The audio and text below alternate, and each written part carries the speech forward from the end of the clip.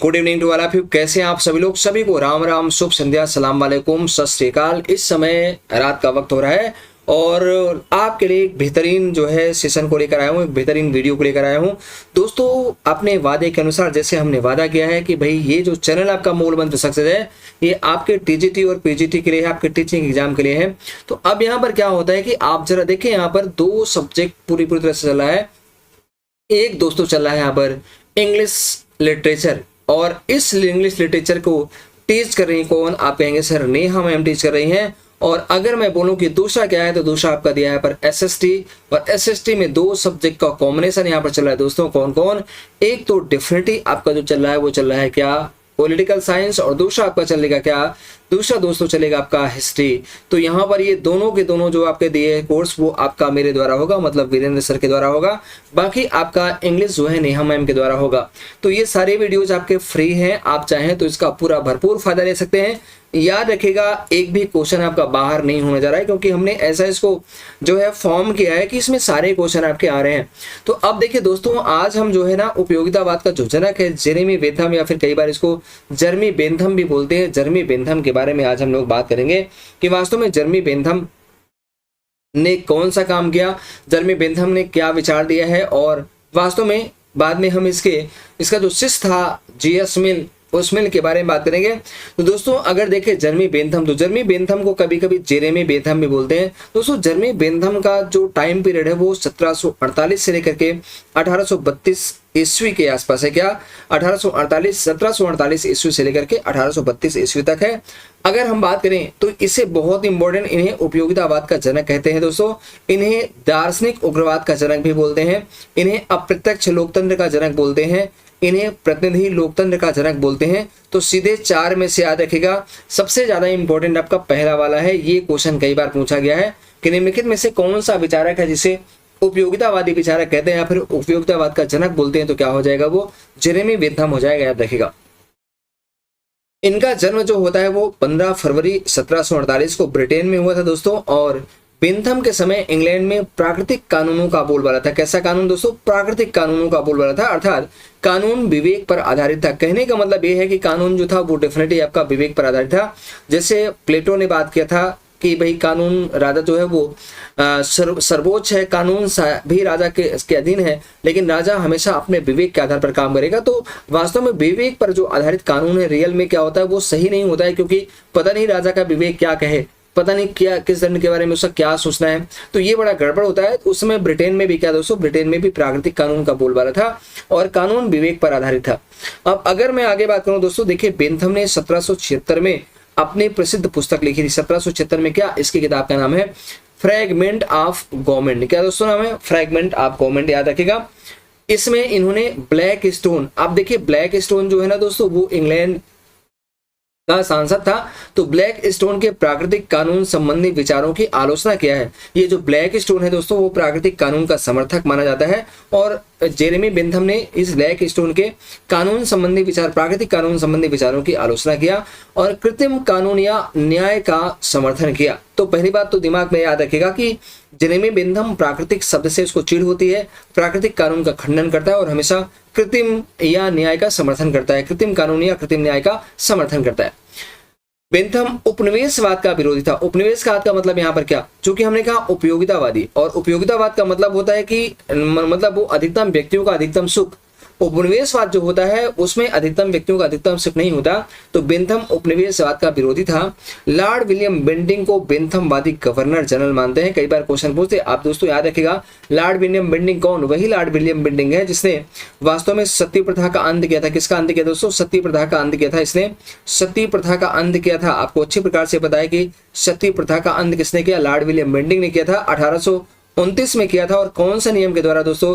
तो नियम 17, 1829 के नियम 17 के द्वारा लॉर्ड विलियम बेंटिंग ने जो है ये भारत में सती प्रथा को बंद कर दिया था। और याद रखिएगा, इसमें राजा राम मोहन राय का बहुत बड़ा योगदान है। राजा राम मोहन राय के सिफारिश पर ही विलियम बेंटिंग ने काम किया था। इसके समय में दोस्तों बहुत सारी जो काम है, बहुत सारे सामाजिक कुप्रथाएं समाप्त किया था इसने। जैसे कि अगर देखेंगे लॉर्ड विलियम बेंटिंग के समय, तो भाई इसके समय आपका ठगी प्रथा का भी अंत होता है। कर्नल स्लीमैन जो है इसी के समय होता है। और कर्नल स्लीमैन ने क्या किया था? कर्नल स्लीमैन ने वास्तव में ठगी प्रथा का भी अंत किया था। और किसके समय में था, ये आप लॉर्ड विलियम बेंटिंक के समय में था। तो इसको आप याद रखिएगा। 19वीं और ये भी इंपॉर्टेंट आपका है। दूसरी बात, 19वीं शताब्दी में उपयोगितावाद का जनक बनने का श्रेय बेंथम को प्राप्त है।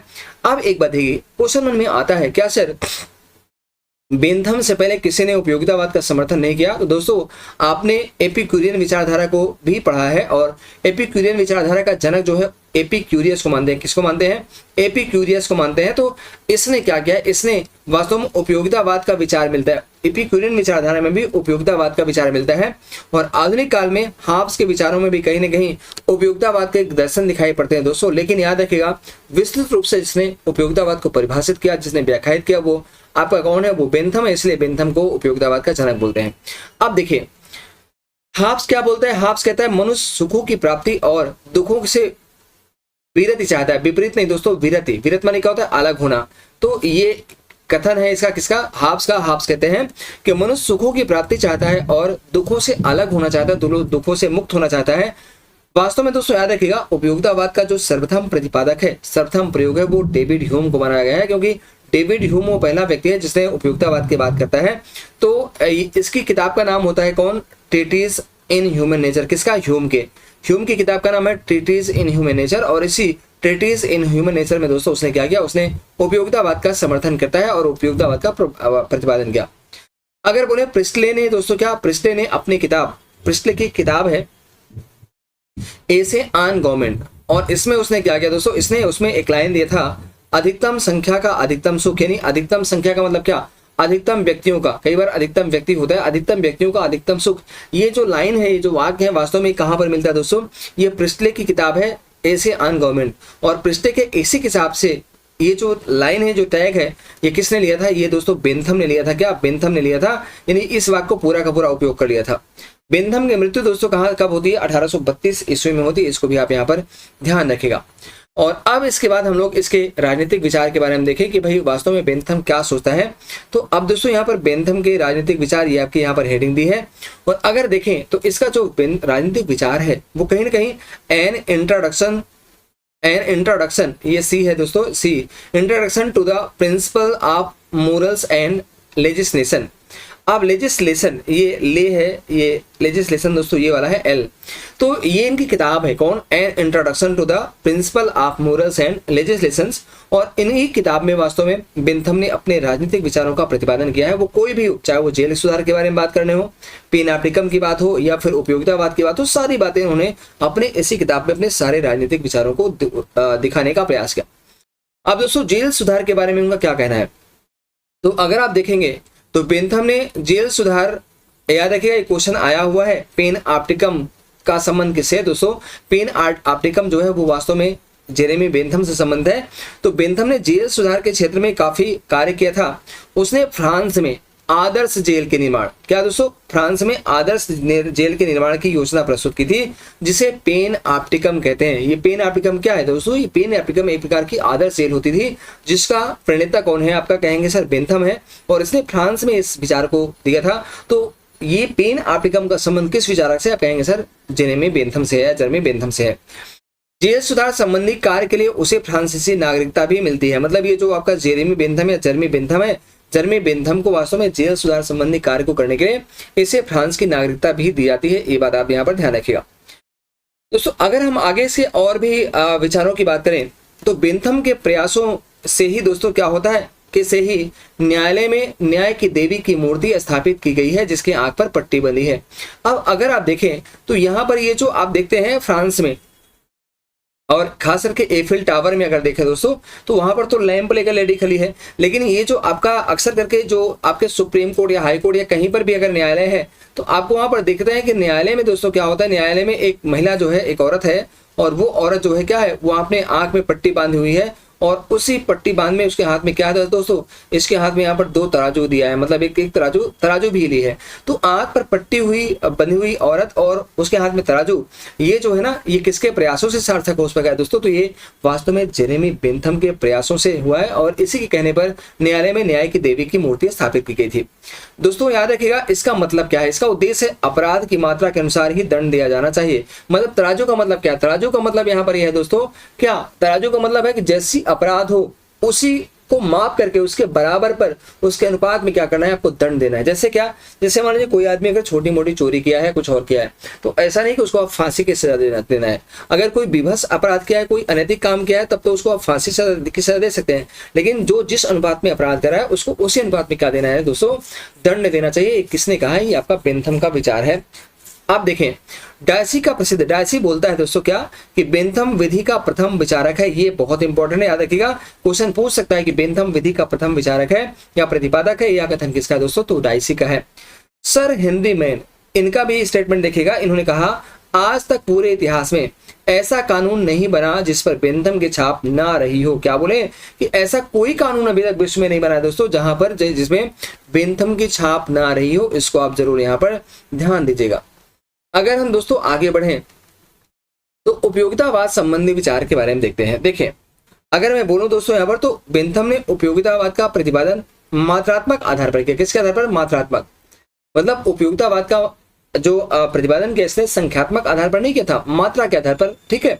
उसका नारा था अधिकतम लोगों की का अधिकतम सुख। मतलब उसने कहा, कई बार क्वेश्चन बोल सकता है कि अधिकतम लोगों का अधिकतम सुख, किस विचारक ने नारा दिया है, तो आप कहेंगे सर किसने दिया है, ये कहा है आपका बेंथम ने। और अधिकतम लोगों का अधिकतम सुख का मतलब यहाँ पर होता है कि भाई राज्य में रहने वाले अधिकतम जो लोग हैं वो कहीं न कहीं राज्य से लाभान्वित हो, वो उनका सुख जो है सर्वोपरि होता है। यद्यपि उपयोगितावाद शब्द का सर्वप्रथम प्रयोग जीएस मिल ने किया था, ठीक है, किंतु उसे वह नैतिक क्षेत्र में लागू किया। अब एक बात ध्यान रखिएगा, हमने क्या बोला, हमने आपको उपयोगितावाद के बारे में बोला था कि भाई पहला जो उपयोगितावाद का प्रतिपादक है वो किसको मानते हैं, वो वास्तव में डेविड ह्यूम को मानते हैं, ह्यूम को। लेकिन अब यहाँ पर एक बात ध्यान रखिएगा कि वास्तव में उपयोगितावाद का जो कॉन्सेप्ट दिया, भले उसने उपयोगितावाद के संदर्भ में सबसे पहले बात किया, लेकिन उपयोगितावाद का जनक जो हम मानते हैं वो वास्तव में किसको मानते हैं दोस्तों, मानते हैं आपका जेरेमी बेंथम को। अब उपयोगितावाद जो शब्द है, ये अगर आप बोले सर इसने उपयोगितावाद नहीं कहा, उसने अधिकतम लोगों के अधिकतम सुख की बात कहा। और अधिकतम लोगों के अधिकतम सुख का मतलब क्या, उपयोगिता, वो उपयोगी की बात करता है। लेकिन शब्द के रूप में अगर बात करें कि वास्तव में उपयोगितावाद जो शब्द है, इस शब्द का पहली बार प्रयोग किसने किया था, तो इस शब्द का पहली बार प्रयोग जीएस मिल ने किया था। कौन दोस्तों, जीएस मिल ने किया था। लेकिन वह इसे नैतिक क्षेत्र में लागू किया था, उसे राजनीतिक या पॉलिटिकल क्षेत्र में लागू नहीं किया था। ऑस्टिन ने उपयोगितावाद को कानूनी क्षेत्र में लागू किया, जबकि रिकार्डो ने इसे आर्थिक क्षेत्र में लागू किया। तो ये तीनों ही पूरा का पूरा आपको इंपॉर्टेंट है। अगर बात की जाए कि वास्तव में उपयोगितावाद शब्द का सर्वप्रथम प्रयोग किसने किया, जीएस मिल ने किया। और क्वेश्चन आपसे पूछ सकता है कि उपयोगितावाद का सबसे पहले बार प्रयोग नैतिक क्षेत्र में किसने किया, तो क्या हो जाएगा, वो जीएस मिल हो जाएगा दोस्तों। और अगर कहा जाए कि वास्तव में जो है कानूनी क्षेत्र में इसे किसे लागू किया, तो आप हो जाएगा कौन, ऑस्टिन। और अगर कहा जाए कि रिकार्डो ने किस क्षेत्र में लागू किया, तो क्या हो जाएगा आपका आर्थिक क्षेत्र में उपयोगितावाद को लागू किया है। ये तीनों ही पॉइंट आपके बड़े काम की चीजें हैं, इसको आप जरूर ध्यान में रखिएगा। अब दोस्तों कुछ और बात करें, जैसे देखिएगा यहाँ पर आगे यहाँ पर दिया है क्या, बिल्सन। अब बिल्सन दोस्तों क्या बोलता है, तो बिल्सन जो है ना, ये बेंथम के बारे में कहता है कि यदि आप अपने बुद्धि का 1/20 भाग किसी एक कार्य योजना में लगाते तो आप दुनिया के महान व्यक्ति होते, लेकिन आप तो एक योजना छोड़कर दूसरी योजना बनाते रहते हैं। मतलब यहाँ पर क्या है कि बिल्सन ने बेंथम के इस विचार की आलोचना किया है दोस्तों। वो कहता है कि तुम्हारा किसी एक क्षेत्र में टिकने की अलाउ नहीं, मतलब तुम कभी टिकते नहीं, तुम बिन पेंदी के लोटा हो। जैसे लोटा हमेशा ढंगता रहता है, उसी प्रकार से तुम भी क्या है, बिन पेंदी के लोटा हो। तुम्हें हमेशा एक, मतलब कहा कि भाई अपनी बुद्धि का तुम 1/20 भाग भी अगर एक कार्य योजना में लगाते शायद वो सिद्ध हो जाता, शायद तुम दुनिया के महान इंसान होते, लेकिन तुम हमेशा अपनी योजना बना करके उसे छोड़ते रहे, फिर दूसरी योजना बनाते रहे, और इसलिए तुम्हारा बहुत ज्यादा नाम नहीं हो पाया है। अब दोस्तों अगर मैं कहूँ कि उपयोगितावाद की विशेषता क्या है, तो इससे सबसे बड़ी बात क्या, उपयोगितावाद को सुख दुख का सिद्धांत भी कहते हैं और सुख दुख का सिद्धांत भी कहते हैं दोस्तों। याद रखिएगा यह अधिकतम व्यक्तियों के अधिकतम सुख के सिद्धांत पर आधारित है। बेंथम का उपयोगितावाद राजनीतिक है, जिसका अर्थ है यह क्षेत्र में लागू हो सकता है। मतलब यह क्या, यह किसी भी क्षेत्र का मतलब होता है ना, कि मतलब ये नैतिक की बात नहीं, ये क्षेत्र पर कोई जो समाज, जो हम जब उपयोगितावाद की बात करते हैं तो क्षेत्र का मतलब क्या, भौतिक जगत। भौतिक जगत होता है ना यहाँ पर, भौतिक जगत, क्योंकि भौतिक जगत में लोग रहते हैं और उनका अधिकतम सुख करना है, तो इसका मतलब है कि भौतिक जगत में यह जो है अप्लाई हो सकता है, लागू हो सकता है। अगर मैं दोस्तों आगे की बात करूं तो बेंथम कहता है क्या, बेंथम का उपयोगितावाद मात्रात्मक है, अर्थात यह गुण पर नहीं मात्रा पर अधिक जोर देता है। अब याद रखिएगा बेंथम कहता है कि यदि सुख की मात्रा अधिक हो तो हमें उस कार्य को करना चाहिए। यह बड़ा इंपॉर्टेंट बात है। दोस्तों उपयोगितावाद जो है भौतिकवाद से संबंधित है, भौतिकवाद से, ठीक है, भौतिकवाद से संबंध है, अर्थात उसका संबंध बाह्य वस्तुओं पर विश्वास करने से। ये आप यहाँ पर इनकी सारी पॉइंट को आप ध्यान रखिएगा जो मैंने आपको यहाँ पर दिखाने का प्रयास किया। अब दोस्तों और क्या है, तो जरा देखिए एक नोट का पॉइंट यहाँ पर लिखा गया, क्या है, कह रहा है कि सभी उपयोगितावादी व्यक्तिवादी, याद रखिएगा सभी जितने भी उपयोगितावादी हैं वो व्यक्तिवादी हैं, किंतु यह आवश्यक नहीं है कि सभी व्यक्तिवादी उपयोगितावादी भी हो। इसका मतलब क्या है दोस्तों, इसका मतलब यहाँ पर यह है कि जो उपयोगितावादी हैं, जो उपयोगितावाद का समर्थन करते हैं, वो तो व्यक्तिवाद का समर्थन करते हैं। क्यों? क्योंकि उपयोगितावाद हमेशा व्यक्तिवाद पर आश्रित है। उपयोगितावाद कहता है कि अधिकतम व्यक्तियों का अधिकतम सुख, इसका मतलब उसका जो केंद्र बिंदु है वो मानव है, व्यक्ति है, व्यक्ति की भलाई है। तो ऐसे कंडीशन में उपयोगितावादी आपका व्यक्तिवादी हो सकता है। लेकिन ऐसा व्यक्ति जो केवल मानव की बात करता है, जरूरी ये नहीं कि वो हमेशा उपयोगितावादी ही हो, वही बात यहाँ पर कह रहा है। दोस्तों अब याद रखिएगा, उपयोगितावादी व्यक्तियों की भांति समाज को व्यक्तियों का योग मानते हैं और उनके अनुसार, मतलब बेंथम के अनुसार, यदि समाज में अधिकतम व्यक्ति सुखी हैं तो समाज सुखी है। क्या? अगर समाज में अधिकतम व्यक्ति सुखी है तो समाज सुखी है, ये सुखी हो जाएगा, समाज सुखी है, समाज सुखी है। और यदि व्यक्ति दुखी है तो समाज क्या हो जाएगा? दुखी। कहने का मतलब ये है कि जिस समाज का व्यक्ति सुखी है वो समाज सुखी है, और जिस व्यक्ति का समाज दुखी है, पतित है, उसका वो समाज क्या है? दुखी और पतित है। यही बात यहाँ पर वास्तव में बेंथम कह रहे हैं।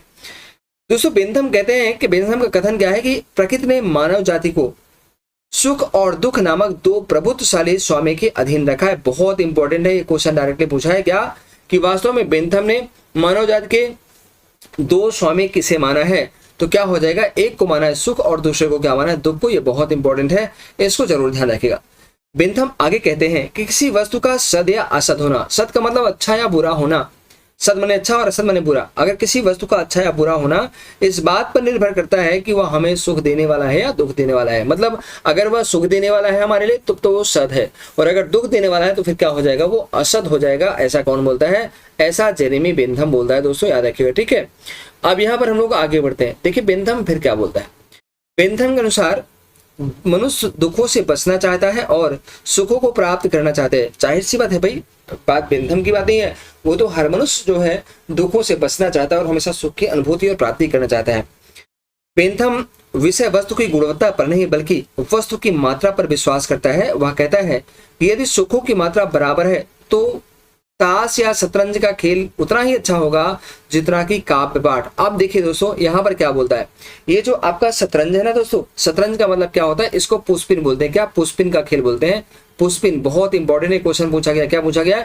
कहा गया कि यदि सुखों की मात्रा बराबर है तो पुष्पिन का खेल भी उतना ही अच्छा लगेगा जितना कि काव्य पाठ। ठीक है, याद रखिएगा। समझ में बात आई है कि नहीं आई आपको? बहुत ही बेहतर चीज कहा है, इसको आप ध्यान रखिएगा।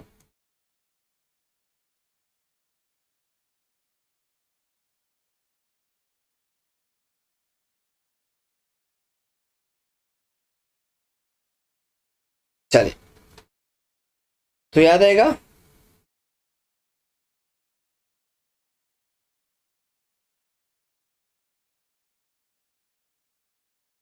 चलिए आप देखिए क्या बोलता है कि यदि सुखों की मात्रा बराबर है ना, यदि क्या बोला है, कह रहा है कि यदि सुखों की मात्रा बराबर है तो पुष्पिन का खेल भी उतना ही अच्छा होगा जितना कि काव्य पाठ। इसका मतलब यहाँ पर याद है, काव्य पाठ का मतलब कविता। ये बहुत इंपॉर्टेंट दोस्तों, ये बहुत बार पूछा है एग्जाम में, याद रखिएगा। ये स्टेटमेंट बहुत पूछा है। ये स्टेटमेंट किसका है? क्या कि यदि सुखों की मात्रा बराबर है तो पुष्पिन का खेल भी उतना ही अच्छा है जितना कि काव्य पाठ या कविता। तो ये कथन किसका है? ये कथन आपका जेरेमी बेंथम साहब का है। अगर मैं बोलूं दोस्तों बेंथम क्या बोलता है, बेंथम ने सुख दुख को मापने के लिए काल्पनिक यंत्र का आविष्कार किया था जिसे हम हेडोमेटिक कैलकुलर कहते हैं। क्या? हेडोमेटिक कैलकुलर कहते हैं, या फिर इसे सुख दुख मापी यंत्र भी कहते हैं। तो अब देखिए पहली बात तो यह है कि उन्होंने एक सुख दुख को मापने का यंत्र तैयार किया था, वो भी काल्पनिक यंत्र का, जिसने क्या नाम दिया गया? हेडोमेटिक कैलकुलर या सुख दुख मापी यंत्र जो है कहा गया था। तो कई बार क्वेश्चन आपसे पूछ सकता है कि भाई सुख दुख मापी यंत्र का निर्माण किसने किया? आप कहेंगे सर ये काल्पनिक यंत्र है, और इसका कॉन्सेप्ट जो है वो किसने दिया? जेरेमी बेंथम ने दिया है। अब देखिए उपयोगितावाद का प्रमुख सिद्धांत कौन कौन है। नंबर 1, पहले प्राकृतिक अधिकारों का खंडन। इसमें प्राकृतिक अधिकारों का खंडन किया गया है और प्राकृतिक कानून का खंडन किया गया है। पर इसमें सामाजिक समझौते का भी खंडन किया गया है। तो पहली बात तो ये तीनों का खंडन किया है। आप देखिए यहाँ पर दिया कि भाई प्राकृतिक अधिकार का खंडन और कृत्रिम अधिकार का मंडन। सबसे बड़ी बात दोस्तों याद रखिएगा कि वास्तव में जो आपका जेरेमी बेंथम है उसको वास्तव में प्राकृतिक शब्द से नफरत थी, और यही कारण है कि जब इसने प्राकृतिक अधिकार का खंडन किया और कृत्रिम अधिकार का मंडन किया, समर्थन किया, बेंथम को प्राकृतिक शब्द से चिढ़ थी। वह प्राकृतिक अधिकार को काल्पनिक मानता था, बेंथम राज द्वारा निर्मित कृत्रिम अधिकार का समर्थन करता है। तो ये बात आप यहाँ पर ध्यान रखिए कि भाई वह प्राकृतिक से उसे चिढ़ थी, वह हमेशा कृत्रिम कानून का समर्थन था और इसीलिए वो कृत्रिम का समर्थन करता था। अगर आगे बढ़े दोस्तों तो बेंथम के अनुसार राज्य कानून अधिकार का निर्माण करते समय अधिकतम कर व्यक्तियों के अधिकतम सुख को ध्यान में रखेगा। कहने का मतलब बोला है कि भाई जब राज्य कानून अधिकार का निर्माण करेगा तो वह इस बात पर ध्यान रखेगा कि अधिकतम व्यक्तियों को अधिकतम सुख हो सके। बेंथम कहता है कि यह अधिकार तभी तक अस्तित्व में रहेगा जब तक न्यायालय उसे मान्यता देता है। अब यहां पर देखिए प्राकृतिककरण का सिद्धांत। अब देखिए प्राकृतिककरण क्या है। तो बेंथम प्राकृतिक कानून के स्थान पर राज द्वारा निर्मित कृत्रिम कानून का समर्थन किया है। मैंने पहले आपसे कहा कि भाई जो बेंथम है, बेंथम को प्राकृतिक कानून से चिढ़ थी, वो प्राकृतिक शब्द से चिढ़ता, वो हमेशा निर्मित या कृत्रिम कानून का समर्थन करता था। बेंथम स्वतंत्रता को महत्व न देते हुए सुरक्षा को अधिक महत्व का प्रदान किया। अब क्वेश्चन आपसे पूछ सकता है कि वह कौन सा विचारक है जिसने स्वतंत्रता के स्थान पर सुरक्षा को महत्व दिया है, तो क्या हो जाएगा, जेरेमी बेंथम हो जाएगा। तथा स्वतंत्रता को इसमें रेत बना, मतलब जेरेमी बेंथम कहता था कि भाई ये जो आपको स्वतंत्रता है ना, ये बेकार चीज है, सुरक्षा मेन है, क्योंकि सुरक्षा में ही स्वतंत्रता नहीं है, इसलिए राज्य का दायित्व है प्रत्येक व्यक्ति को क्या करना, सुरक्षा प्रदान करना। इसे आप ध्यान रखिएगा। और दोस्तों अगर हम आगे बात करें, बेंथम फिर आगे कहता है क्या, कहता है कि लोग सुरक्षा चाहते हैं, स्वतंत्रता नहीं। ये इंपॉर्टेंट है, याद रखिएगा। क्या बोलते हैं कि भाई लोग जो है वो सुरक्षा चाहते हैं, वो स्वतंत्रता नहीं चाहते हैं। बेंथम दोस्तों आगे कहता है क्या, कानून उतना ही होना चाहिए जितना सुरक्षा के लिए आवश्यक हो, क्योंकि आवश्यकता से अधिक कानून असुरक्षा पैदा करता है। बेंथम फिर आगे कहता है कि कानून एक अनिवार्य दोष है, मतलब कानून जरूरी तो है लेकिन कानून एक दोष भी है। इसलिए उसने क्या कहा, कानून एक अनिवार्य दोष है, मतलब समाज के लिए जरूरी भी है और एक आवश्यक बुराई भी है। तो यही उन्होंने कहा। अब दोस्तों याद रखिए आगे सामाजिक समझौते का खंडन भी करते हैं। कैसे करते हैं जरा देखिए। ये जो आपके जेरेमी बेंथम साहब है दोस्तों, इन्होंने सामाजिक समझौता सिद्धांत का खंडन किया। अब एक बात मुझे कमेंट करके आप मुझे बताइएगा कि वास्तव में संविदावादी विचारक किसे कहते हैं। क्या संविदावादी विचारक किसे कहते हैं, संविदावादी विचारक किसे कहते हैं, ये दोस्तों मैंने पढ़ा दिया है। और मैं आपसे एक बार और बोलूंगा कि वास्तव में हाब्स ने अपने किस किताब में समझौते का सिद्धांत दिया, ये हाब्स की किताब का नाम बताना है। लॉक ने अपने किस किताब में सामाजिक समझौते का सिद्धांत दिया, और वास्तव में जो रूसो है, रूसो की कौन सी किताब है जिसमें उसने सामाजिक समझौते का सिद्धांत दिया।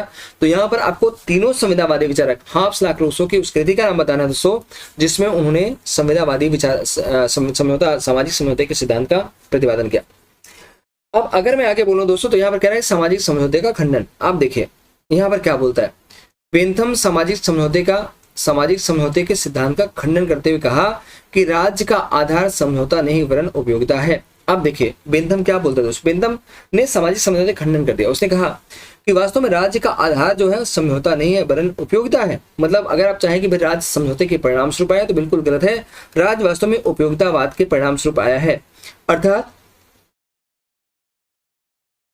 राज्य का निर्माण इसलिए किया गया क्योंकि वह एक उपयोगी संस्था है। दोस्तों बेंथम भी राज्य को एक आवश्यक बुराई मानते हैं। क्या, एक आवश्यक बुराई, जैसे जितने भी उपयोगितावादी है ना वो वास्तव में राज्य को एक जो है आवश्यक बुराई माना है। व्यक्तिवादियों की तरह राज्य का एक कृत्रिम संस्था मानते हुए बेंथम ने कहा राज्य व्यक्ति के लिए है, न कि व्यक्ति राज्य के लिए है।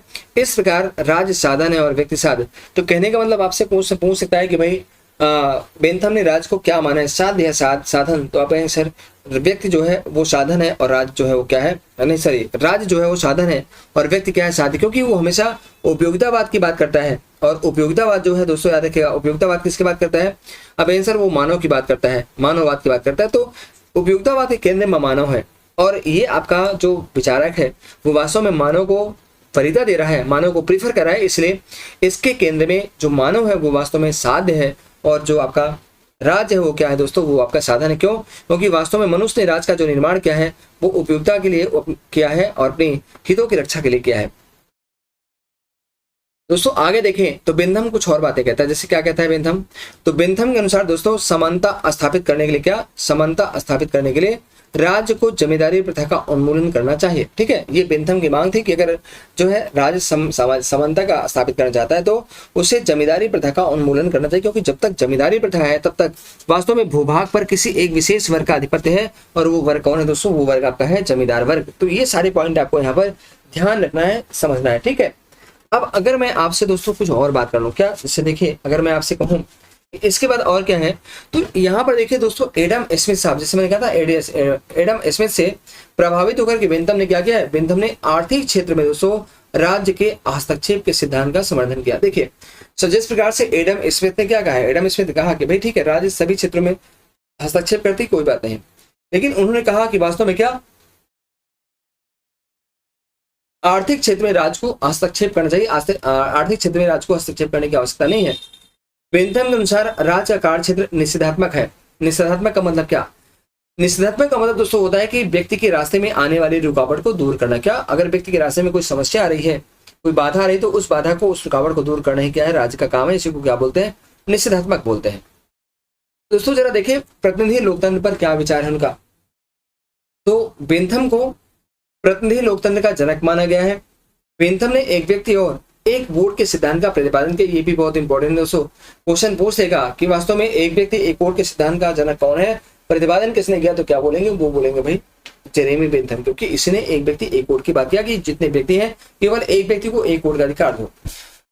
दोस्तों बेंथम का कहना था कि प्रत्येक व्यक्ति को एक गिना जाए, किसी को एक से अधिक गिना न जाए। अब देखो ये पूरा स्टेटमेंट दिया है, क्या एक व्यक्ति को एक वोट के सिद्धांत का प्रतिपादन किया। बेंथम का जो कथन कहता है क्या, प्रत्येक व्यक्ति को एक गिना जाए और किसी को एक से अधिक ना गिना जाए। अब देखिए बेंथम जो है दोस्तों, क्या बेंथम है केवल शिक्षितों को ही मताधिकार के पक्षधर है। जो बेंथम है वो केवल शिक्षक वर्ग को ही, जो शिक्षक का मतलब क्या, जो शिक्षित लोग हैं, जो पढ़े लिखे लोग हैं, जो शिक्षित हैं, केवल उन्हीं को शिक्षा देने के पक्षधर में है।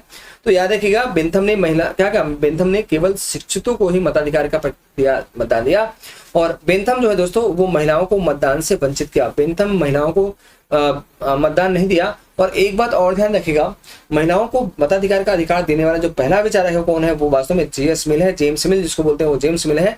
तो कहने का मतलब दोस्तों यहाँ पर ये चीज सारी ध्यान रखिएगा। ठीक है, अब देखिए बेंथम ने महिलाओं को मताधिकार से वंचित कर दिया।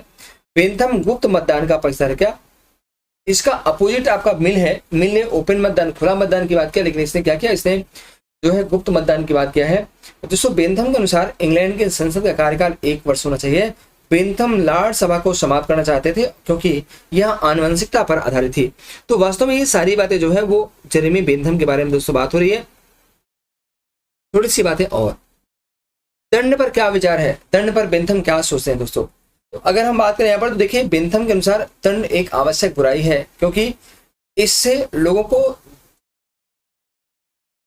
को क्या मिलता है, इससे लोगों को दुख मिलता है। क्या दुख मिलता है, किंतु बेंथम कहते हैं यदि किसी व्यक्ति को दंड देने समाज के अधिकतम सुख, लोगों का अधिकतम सुख मिलता है तो इसे दंड दिया जाए। मतलब एक बात जरा देखिए, दंड के बारे में जब बोलते हैं तो क्या उन्होंने कहा भाई दंड के बारे में कहते हैं कि भाई देखो दंड जो है क्या है, आवश्यक बुराई है। कहा कि दंड भी एक आवश्यक बुराई है, मतलब जिस प्रकार से राज एक आवश्यक बुराई है, उसी प्रकार कानून एक आवश्यक बुराई है, उसी प्रकार से दंड भी एक आवश्यक बुराई है। क्यों दोस्तों, क्योंकि सबसे बड़ी बात यहाँ पर यह है कि यदि किसी वस्तु को दंड देने से, क्या बोलते हैं कि अगर किसी वस्तु को दंड देने से समाज के अधिकतम लोगों को सुख मिलता है। अगर एक व्यक्ति को, कोई एक व्यक्ति है, आपने उसे दंड दिया और उसको दंडित करने से अगर समाज के अधिकतम लोगों का सुख होता है, तो बेंथम का मानना है ऐसे लोगों को दंड मिलना चाहिए। ठीक है, ऐसे लोगों को अपराधियों को दंड देना चाहिए। बेंथम मुख्य रूप से सुधारात्मक दंड को महत्व दिया है, याद रखिएगा। और अपराध दंड का उद्देश्य अपराध के चरित्र में सुधार करना है। मतलब कहने का मतलब दोस्तों यहाँ पर है कि बेंथम जो है ना, उन्होंने सुधारात्मक दंड का समर्थन किया है। और जो है अब आगे अगर देखें तो बेंथम आगे बोलते हैं क्या, दंड अपराध की मात्रा के अनुसार दिया जाना चाहिए। ये तो बहुत अच्छी बात है कि भाई बेंथम ने पहले भी कहा था, क्या उन्होंने जो है न्यायपालिका में जो आग बंधी हुई पट्टी लेकर के, तराजू लेकर के हाथ में महिला खड़ी है, उसका मतलब है यही था यहाँ पर। ठीक है, अब एक बात देखिए बेंथम क्या बोलते हैं दोस्तों। बेंथम कहते हैं कि दंड इसलिए भी दिया जाता है ताकि अपराधी अपने द्वारा किए गए अपराध पर पश्चाताप कर सके तथा उसे पुनः सुधारने का अवसर मिले। तो कहने का मतलब यहाँ पर है कि कहीं ना कहीं और बेंथम का जो दंड है वो सुधारवादी है, वो सुधारात्मक है। ठीक है दोस्तों, बेंथम ने मृत्यु दंड का समर्थन नहीं किया है। बेंथम प्राकृतिक न्याय पर आधारित इंग्लैंड के न्याय व्यवस्था के विरोधी थे और इनका मानना था कि क्या मानना था दोस्तों, मानना था कि न्यायाधीशों ने अपने लाभ के लिए इसे बनाया, इसलिए बेंथम ने न्यायाधीशों को जजेस एंड कंपनी कहा है। कई बार क्वेश्चन पूछ सकता है कि वह कौन सा विचारक है जिसने जजों को जजेस एंड कंपनी कहा है, तो इसे आप ध्यान रखिए यहाँ पर। दोस्तों आगे अगर देखें तो यहाँ पर कहता है बेंथम ने अंतरराष्ट्रीय विधि और संहिताकरण का समर्थन किया। नैतिकता और व्यवस्थापन का परिचय में बेंथम ने लिखा है कि मानव जीवन के दो स्वामी हैं, सुख और दुख। तो ये भी आपको ध्यान रखना है कि भाई मानव जीवन के दो सुख किसने माने हैं, बेंथम ने माने हैं। कितने में कौन किसको, सुख और दुख को, ये आप ध्यान रखिएगा। और इसके बाद अगर हम लास्ट जो है की बात करूं तो यहाँ पर मैक्सी है दोस्तों। मैक्सी जो है बेंथम के उपयोगितावाद को भेड़िया समाज में भेड़िया क्या बोलता है, भेड़िया समाज में भेड़िया कहता है और साधु समाज में साधु कहता है। ये तो इंपॉर्टेंट आपको यहाँ पर दिया है, इसको ध्यान रखिएगा। स्पष्ट मैक्सी ने कहा कि भाई बेंथम का जो उपयोगितावाद है वो भेड़िया समाज में भेड़िया है, अर्थात जहां पर जैसे लोग हैं, अगर लोग बुरे हैं तो वैसे आपका इसका उपयोगितावाद होगा और लोग अगर अच्छे होंगे तो वहां पर उपयोगितावाद आपका सफल होगा। तो इससे आप ध्यान रखिए उन्होंने क्या बोला कि भेड़िया समाज में भेड़िया और साधु समाज में साधु है। ठीक है। कार्लाइल ने बेंथम के दर्शन को सूरों का दर्शन कहा है। दोस्तों याद रखिए पिछले बार एलटी ग्रेड में सीधे पूछा गया क्वेश्चन है कि कार्लाइल ने निम्नलिखित दर्शन में से किसको सूरों का दर्शन कहा है, तो क्या हो जाएगा, अब आंसर वो बेंथम के दर्शन को हो जाएगा रॉबर्ट एच मरे। अब देखिए दोस्तों यहाँ पर रॉबर्ट है क्या, रॉबर्ट एच मरे जो है उन्होंने कहा है कि बेंथम की अंतरात्मा की अवहेलना करे तो नैतिकता और अनैतिकता में कोई अंतर नहीं हो सकता। कहने का मतलब यहाँ पर याद रखिएगा ये रॉबर्ट एच मरे का कथन है। कहते हैं कि बेंथम की अंतरात्मा की अवहेलना करे तो नैतिकता और अनैतिकता में कोई अंतर नहीं होता है, याद रखिएगा। तो दोस्तों अब अगर देखें यहाँ पर तो कई सारे क्वेश्चन आपसे बन गए सकते हैं यहाँ पर, और उम्मीद करता हूँ कि आपको वीडियो अच्छा लगा होगा। यहाँ पर जनरली जो बेंथम के आपके जितने भी टॉपिक है दोस्तों हमने इसको कवर किया और आपका काम यहाँ पर यह है कि भाई आप